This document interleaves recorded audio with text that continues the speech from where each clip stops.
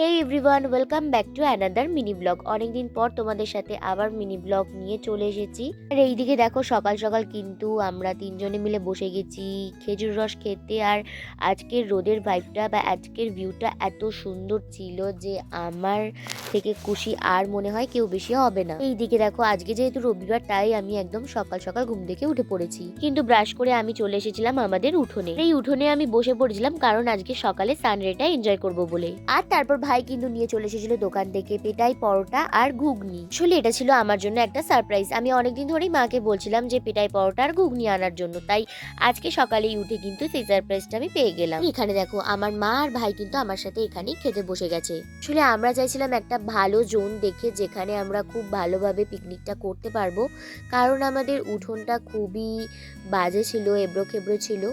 কিন্তু আমরা সেরকম খুব একটা ভালো জায়গা পাইনি। তো আমি চাইছিলাম যে আমাদের যে নতুন বাড়ির ছাদ রয়েছে সেই ছাদে বসে পিকনিক করবো, বাট ওখানে নিয়ে যাওয়া অনেক ঝামেলা, কারণ ওখানে পরিষ্কার করো, তারপর এই সমস্ত খাবার দাবার বই নিয়ে যাও। তো অতটা টাইম আমাদের হাতে ছিল না, কারণ ওই দিন আমার পড়া ছিল আর ভাইয়ের আঁকা ছিল।